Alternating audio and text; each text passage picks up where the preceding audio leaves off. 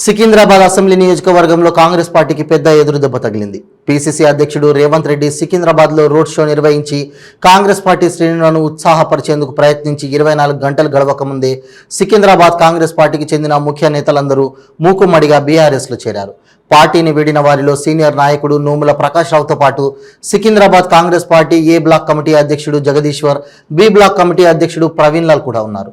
తొలుత deputy speaker Secunderabad అభ్యర్థి Teegulla Padmarao Goud, Congress party senior నేత నోముల ప్రకాష్ రావు ఆహ్వానం మేరకు సీతాఫల్ మండిలో ఆయన నివాసానికి వెళ్లారు. అక్కడే జగదీశ్వర్, ప్రవీణ్ లాల్లతో పాటు సికింద్రాబాద్ నియోజకవర్గ కాంగ్రెస్ పార్టీ డివిజన్ల అధ్యక్షులు, ఇతర ముఖ్య నేతలు సమావేశమయ్యారు. కాంగ్రెస్ పార్టీలో ఏకపక్ష విధానాలు, అప్రజాస్వామిక పద్ధతులతో విసిగిపోయామని, కేసీఆర్ నాయకత్వంలో బీఆర్ఎస్ను బలపరచాలని నిర్ణయించుకున్నామని తెలిపారు. సికింద్రాబాద్లో పద్మారావు గౌడ్ చేపడుతున్న అభివృద్ధి, సంక్షేమ పథకాలు, కార్యకర్తలతో సాన్నిహిత్యం తదితర అంశాల పట్ల ఆసక్తిగా ఉన్నామని తెలిపారు.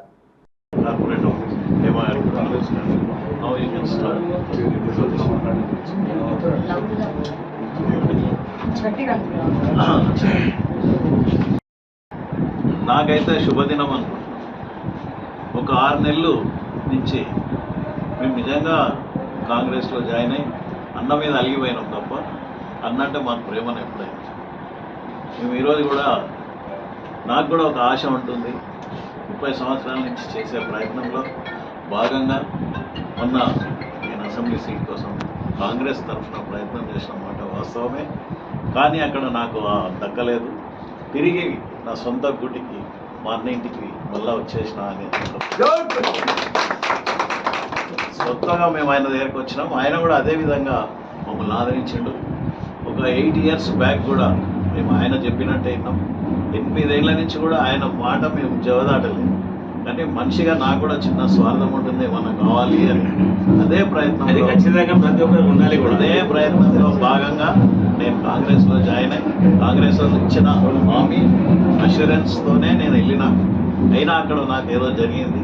అయినా వాళ్ళు ఏం చేసినా నాకు అన్న ఆదరిస్తుండ్రు. కాబట్టి నేను సంతోషంగా మళ్ళీ తిరిగి టీఆర్ఎస్లో జాయిన్ అయ్యాను. మరి మా అన్నని ఈసారి ఎప్పుడు ఆయన గెలుపు అనేది అంటే జాయిన్ అయినా కేటీఆర్ గారి సమక్షంలో మరియు పద్మారావు గారి సమక్షంలో ప్రగతి భవన్లో నేను ఈరోజు జాయిన్ అవ్వడం జరిగింది. అన్నగారి మా పద్మారావు అన్న గెలుపు ఖాయం. కానీ ఇంకా అత్యధిక మెజార్టీతో ఒక రికార్డు సృష్టించే విధంగా ఈసారి పనిచేస్తాం మేమంతా. గెలుపు అనేది సునాయాసంగా ఆయనకు చాలా ఈజీ. ఒకసారి కాదు, ఇది హేట్రిక్ అవుతుంది. ఆయన హేట్రిక్ కొడతాడు ఈసారి గెలిస్తే. తప్పకుండా మేమంతా కలిసి ఆయన హేట్రిక్ కొట్టిస్తాం. ఒక తెలంగాణలోనే మినిమం సిటీలో అయితే ఒక రికార్డ్ మెజార్టీ సాధిస్తామని మీకు అందరికీ మనం తప్పకుండా ప్రతిరోజు పాదయాత్రలో పోతాము. ఇవాళ నేను జాయిన్ అయినా తెలిసినాక నాకు ఇప్పుడు నాకు 30 బ్యాచ్లు ఫోన్ చేస్తూ ఉన్నారు. దగ్గర రామేశ్వర గారు కూడా చెప్పాను. అందరూ నువ్వు ఉంటే మేము అటు వస్తామని అంటున్నారు. అందరూ వస్తున్నారు. నాకు తెలిసినంత మటుకు కాంగ్రెస్ని అయితే ఖాళీ చేసేస్తాను. మొత్తం నేను ఖాళీ చేసి అత్యధిక మెజార్టీ రికార్డు రావాలి. ఆయన ఎప్పుడు మెజార్టీతోనే గెలుస్తాడు. ఒకసారి 30,000 వస్తే, ఒకసారి 48,000 వచ్చింది. ఈసారి 48,000 దాటి తప్పకుండా దానికన్నా చాలా పెద్ద అత్యధిక మెజార్టీతో గెలుస్తాడు. మేమందరం కూడా కృషి చేస్తాం. ఇప్పుడు ఆయనతో పాటు ఉన్న హేమ గారు కానీ, కార్పొరేటర్స్ సునీత గారు, అందరు మహిళలు అందరూ కలిసి కష్టపడి పనిచేస్తుండ్రు. ఈరోజు నేను చూశాను. కాబట్టి అందరూ గెలిపే తప్ప ఇంకోటి లేదని కూడా మనవి చేసి నేను మనసావచ్చ కోరుకునేది ఏంటంటే ఆయన ఈసారి మంత్రి కావాలి అయితే నేను కోరుకుంటున్నాను. Thank you. పత్రికా సంస్థకు మరొకసారి థ్యాంక్ యూ. మీ ఛానల్స్ విలేకరులకు అందరికీ, ప్రింట్ మీడియా, ఎలక్ట్రానిక్ మీడియా వాళ్ళకు ఏమైనా అడుగుంది చెప్తాను. సరే, ఏమడిగిందో ఏ సంగతి ఏం చెప్తామో కానీ ఈరోజు మాత్రం చెప్తాం ఏంటంటే, మా చిరకాల మిత్రుడు నోముల ప్రకాష్ గారు యాక్చువల్ మాయంబడే ఉండే ముందటి నుంచి. కొన్ని అనివార్య కారణాల వల్ల ఆయన కూడా రాజకీయంగా ఏదైనా ఎదగాలని ఉండే. దాంతో పోయింది. ఇప్పుడు ఏదో కొత్తగా నాకు జాయిన్ అవుతున్నాడు. ఉర్దూలో దీని వర్డ్ అంటారు, గర్వాప్సీ అంటారు. అంటే ఇక్కడ నేను పోయిన వాళ్ళు మళ్ళీ ఇంటికి వచ్చేస్తే గర్వాప్సీ అంటారు. మా మీద ఏదో ఒకటి ఉండే ప్రతి రాజకీయాలలో ఉన్న వాళ్ళకి ఎదుగుదల ఉండాలని ఆశపడుతూ ఉంటారు. దాంట్లో ప్రధానంగా కొద్దిగా మాకు డిస్టెన్స్ పెరిగింది.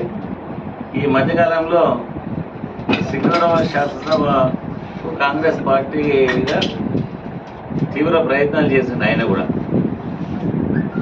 యాక్చువల్లీ ఇప్పుడు మాకు పదయాత్రలో ఆయన ఉంటుండే, మేము ఉంటుంటే అయితే అనుకోకుండా ఏమైంది, వేరే వాళ్ళు కాంగ్రెస్ పార్టీ వేరే వాళ్ళకి టికెట్ కేటాయించారు.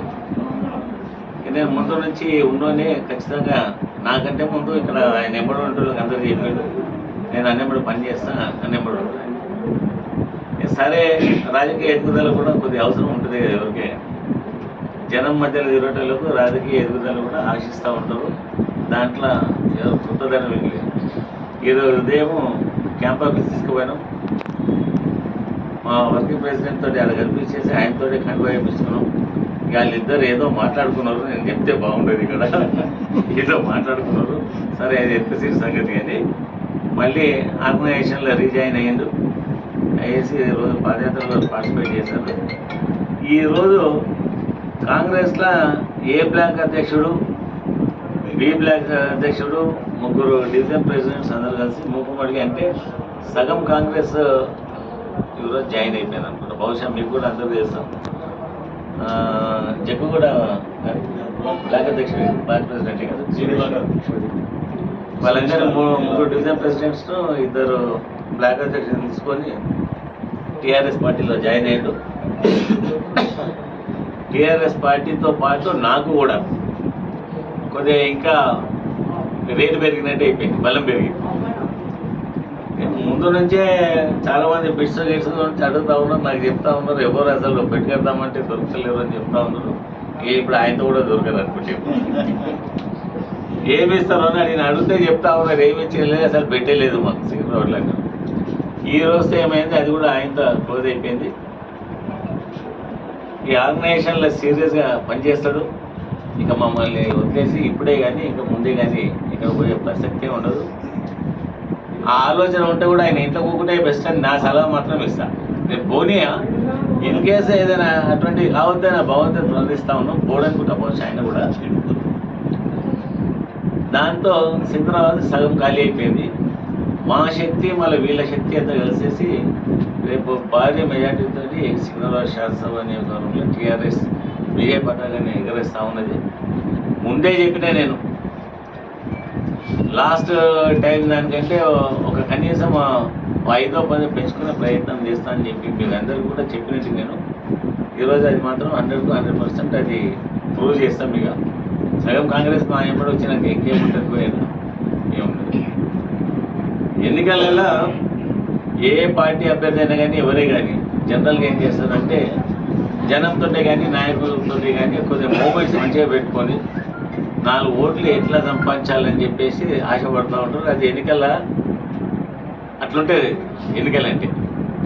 కానీ ఇక్కడ కొద్దిమంది గేర్లు మనం చెప్పదలుచుకోలేదు. ఇక ఏదో అది ఎన్నికలు అనుకుంటున్నారా, లేదు దాదాగిరి అనుకుంటున్నారా, ఏదో సొంత పార్టీల పైనే తిరుగుబాటు చేస్తూ ఉన్నారు. మాకు బెనిఫిట్ ఉండే దాని తర్వాత సోదరులు కూడా చెప్తున్నాం దాని గురించి. అంటే గ్యారంటీగా లాస్ట్ 48,800 ఏమో మేము విజయాన్ని సాధించినాం. దాన్ని మాత్రం ఈసారి ఇంకా బీట్ చేసి మెజారిటీ ఎక్కువ తెచ్చుకొని ఖచ్చితంగా విజయాన్ని సాధిస్తాం. ఈ దూరమైన ప్రకాశాన్నే కాకుండా రేపు ఇంకొక కాంగ్రెస్ నాయకుడు కూడా రేపు మార్నింగ్ జాయిన్ అవుతున్నాడు. ఆయనతో ఈ బెల్ట్ అంతా మొత్తం క్లీన్ స్వీప్ అవుతుంది. ఇక అక్కడ అడ్డగుట్ట ఇడ్డగుట్ట ఇవన్నీ అయితేనేమో అడ్డగుట్టలు ఈ గుట్టలు అన్నీ మా అడ్డలు అవి. నేను డే 1 నుంచి చెప్తున్నా, అడ్డగుట్ట అంటే అది అడ్డగుట్ట అయింది భయం, మా అడ్డ అది గుట్ట కాదు, 12 అడ్డ అని చెప్తా ఉన్నాం. ఖచ్చితంగా బాగా స్వీప్ చేస్తాం. రెండోది ఈసారి ప్రభుత్వం కూడా మళ్ళీ టీఆర్ఎస్ ప్రభుత్వమే వస్తుంది. మా పార్టీ ప్రభుత్వాన్ని ఏర్పాటు చేస్తూ ఉన్నది. ఈ రీసెంట్లీ అంతా బాగా మార్పులు జరిగినాయి. ఓ మౌత్ పబ్లిసిటీ అయినా ఒకటి చేశారు స్టార్టింగ్లో, పోయింది కాంగ్రెస్ వస్తుంది. అటువంటి ఏం లేదు. ఆ మౌత్ పబ్లిసిటీకి అంతా మళ్ళా ఎక్కడికక్కడ అయిపోయింది. ఇక బీజేపీ అయితే అసలు పోటీలే లేదు మాకు.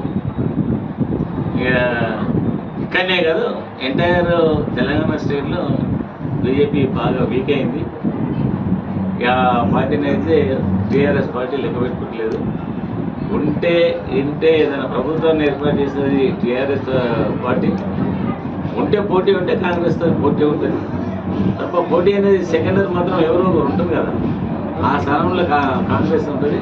కానీ ప్రభుత్వాలు మాత్రం మాకు సరిపోయే సీట్లతోటి ప్రభుత్వాన్ని ఏర్పాటు చేస్తాం. ఇంకేమైనా అడుగుతారా?